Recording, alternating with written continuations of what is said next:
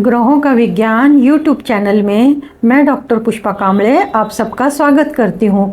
आज मैं आपको कुंडली पढ़ना सीखे के क्रम में पाठ 61 सिखाना शुरू करती हूँ। आज के पाठ में कुंडली में त्रिक भाव यानी 6, 8, 12 भाव को त्रिक भाव कहा जाता है।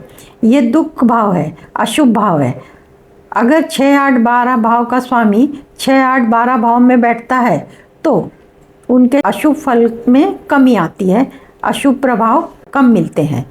कुंडली में 8वां भाव रहस्यमय भाव है, मृत्यु का भाव है, आयु का भाव है। आयु कितनी है ये जाना जाता है।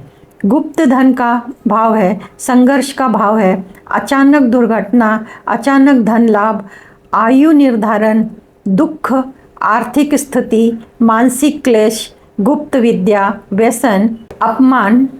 दुख, आर्थिक स्थिति, मानसिक क्लेश, गुप्त विद्या, व्यसन, आबरू, इज्जत, वासना, कलंक, ज्योतिष विद्या, LIC का पैसा, जमीन में गड़ा धन इत्यादि अष्टम भाव से देखा जाता है। अष्टम भाव में चंद्रमा होता है तो क्या फल देता है, और सूर्य होता है तो क्या फल देता है, और मंगल होता है तो क्या फल देता है। चंद्रमा, सूर्य, मंगल शुभ है। ये 3 ग्रह जिन चीज़ों के कारक हैं, प्रथम उनके बारे में जानेंगे।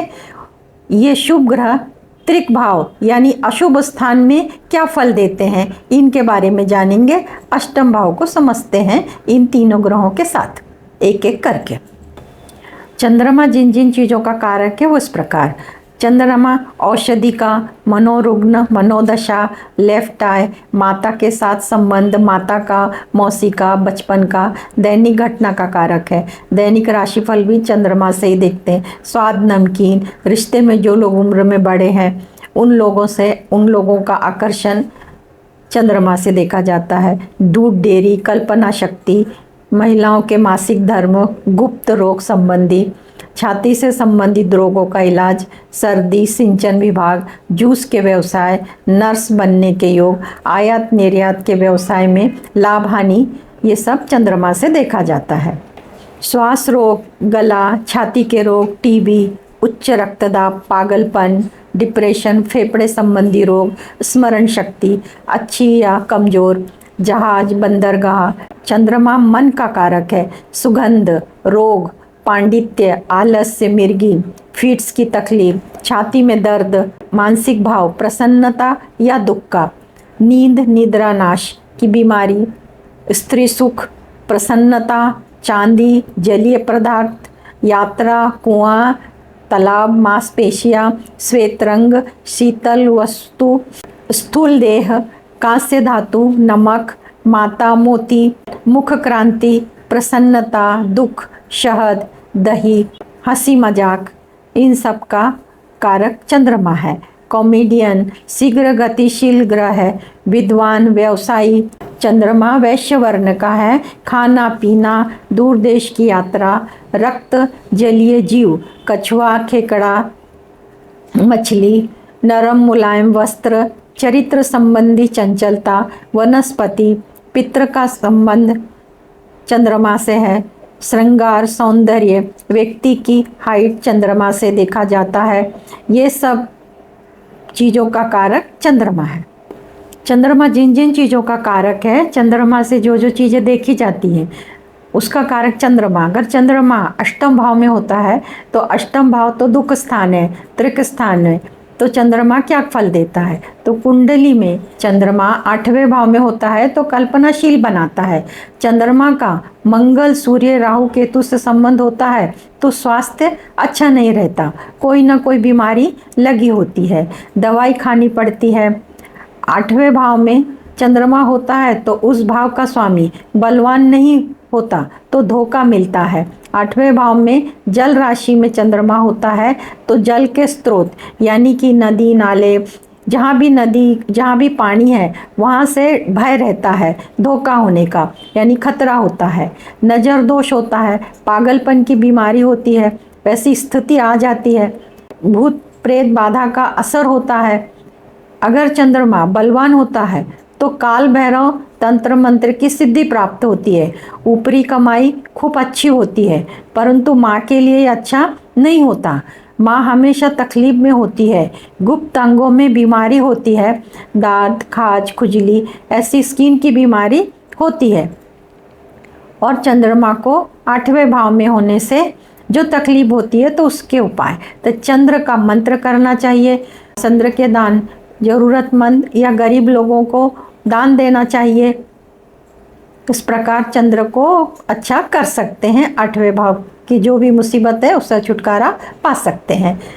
सूर्य किन किन चीज़ों का कारक है? तो सूर्य स्वभाव का है, रोशनी का है, प्रकाश का है, तीक्ष्ण, क्रूर, क्रोधी है, शीघ्रतापी है, साहसी है, नियमित है, पित्त प्रकृति है, रोग प्रतिकारक क्षमता, नेत्र, स्वर्ण का व्यवसाय, पिताजी के साथ संबंध, स्वास्थ्य, पैतृक संपत्ति, सरकारी नौकरी, पद प्रमोशन, बदली, सरकार से लाभ, यश, प्रसिद्धि, राजनीति, विधायक, नेता, मंत्री, प्रधानमंत्री, आत्मविश्वास, जनसमूह। सूर्य आत्म बल का कारक है, लीडरशिप, पावर, हड्डियों की बीमारी, टाइफाइड, डायरिया, मेरुदंड, पुरातन विभाग से संबंधित कार्य, खुदाई से निकली चीज़ों का अध्ययन, जमीन से निकली चीज़ों पर शासन का अधिकार होता है, सरकारी नौकरी, शासकीय संस्था, रक्षक, गार्ड की नौकरी, नियंत्रण कक्ष, अनाज के गोदाम, अन्न का भंडार, किराना माल, गेहूं चावल का व्यवसाय, होटल, कैंटीन, सभी प्रकार की लस का उत्पादन, औषधि और औषधि की खरीदी बिक्री, डॉक्टर, कंपाउंडर, सभी प्रकार के ऊर्जा निर्माण के साधन, जनरेटर्स, विद्युत निर्मित केंद्र, बल्ब, ट्यूबलाइट संबंधी व्यवसाय, सोलार सिस्टम, इन सब का संबंध सूर्य ग्रह से है। कुंडली में सूर्य बलवान होता है तो इन सब से संबंधित परिणाम शुभ मिलते हैं। परंतु सूर्य 8वें भाव में होता है। 8वां भाव त्रिक भाव में से एक भाव है और वो अशुभ भाव है, दुख का भाव है। इसमें सूर्य क्या फल देता है, इसको जानते हैं। कुंडली के 8वें भाव में सूर्य होता है तो ये भाव मृत्यु का है, अपमान का है, पतन का है, डीप डिप्रेशन का है, दीर्घकालीन रोग का है, अचानक धन का है, शिक्षा का है, उच्च शिक्षा का है, यानी पीएचडी की शिक्षा, कम नसीबी का भाव है, राजनीतिक इत्यादि इस भाव से विचार किया जाता है। 8वें भाव से सूर्य 8वें भाव में होता है तो उसकी दृष्टि धन भाव पर होती है, क्योंकि सूर्य के पास एक ही दृष्टि है, वो धन भाव को देखता है। तो हृदय रोग, आंखों में जलन की तकलीफ देता है। सूर्य आत्मा का कारक है। जिनकी कुंडली में सूर्य 8वें भाव में होता है उनको मृत्यु का भय नहीं लगता। सूत्र के अनुसार चंद्र और सूर्य को 8वें भाव का दोष नहीं लगता।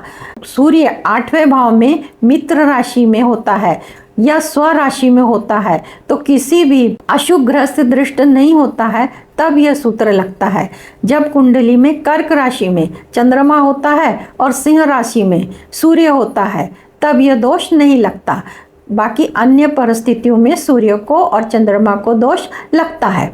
ऐसी स्थिति में 8वें भाव का जो सूर्य है वो अच्छा नहीं माना गया, उससे ज़्यादा अच्छे फल नहीं मिलते हैं, क्योंकि उस सूर्य प्रकाश का ग्रह 8वां घर खड्डे का घर है। सूर्य की रोशनी कम होती है, यानी कि जो व्यक्ति को जो प्रशंसा, जो भी प्रगति, जो भी तरक्की चाहिए वो यहाँ से नहीं मिलती। तो इसके लिए उपाय, सूर्य के मंत्र करें। सूर्य संबंधी चीज़ों का दान ज़रूरतमंद और गरीब लोगों को रविवार के दिन करना चाहिए। अब 8वें भाव में मंगल ग्रह के बारे में जानते हैं, पर इससे पहले मंगल किन किन चीज़ों का कारक है इनको जानते हैं। मंगल मिट्टी बनाने के बर्तन, पराक्रम, साहस, दुष्टता, उग्रता, उष्णता, गर्मी, बदले की भावना, हिस्सा करना, विभाजन करना, साहस दिखाना, युद्ध, वीरता, निर्दयता का कारक है।